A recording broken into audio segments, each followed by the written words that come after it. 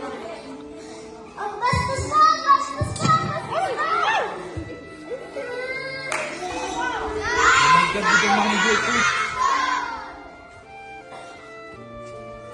Isang malaking kasalanan na yung ako bilang nanay mo. Ang nilisukay mo ang pera ko. Ano ba ang ginawa ko sa'yo? Di ba hindi naman ito ang gusto mong mangyari sa inyong magkakapatid? Hindi ko kasalanan yon. Kasalanan mo yon. Anong kasalanan ko? Ako yung mali. Ikaw yung may kasalanan. Hindi mo ako naiintindihan. Lagi mo lang iniisip yung sarili mo. Mahal kita bilang anak ko. Kung hindi mo ako kaya respetuhin bilang nanay mo, respetuhin mo naman ako bilang ibang tao. Mahal kita bilang anak ko. Pero sinira mo sa pagpangarap ko para sa inyo. Nasusunod yung gusto mo, tapos kami hindi. Wala akong ginagawang masama.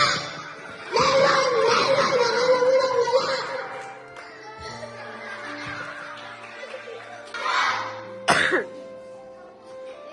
Arto, bigyan mo naman ako ng chance na makausap kita. Wala kang chance sa akin kasi wala kang ginawa. Puro lalaki! Wala akong ginawa ko yun, pero bigyan mo pa rin ako ng chance.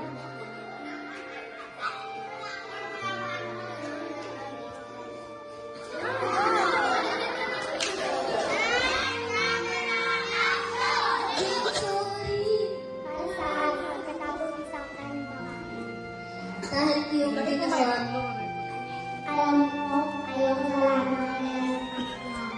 alam ko yun. Alam mo, Kale. Kasi,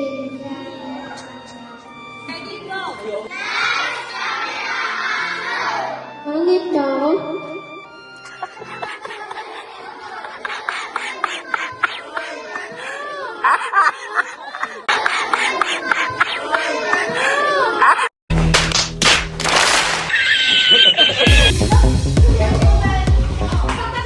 Huwag mo isasama si Mark. Wala kang karapatan sa kanya. Oo talaga, mas ikaw yung walang karapatan sa kanya. Kasi hindi mo pa alam, nasa ibang lugar pa siya. Tinangka niyang patayin yung sarili niya. Ganyan na talaga ugali mo. Hindi ka na nagbago.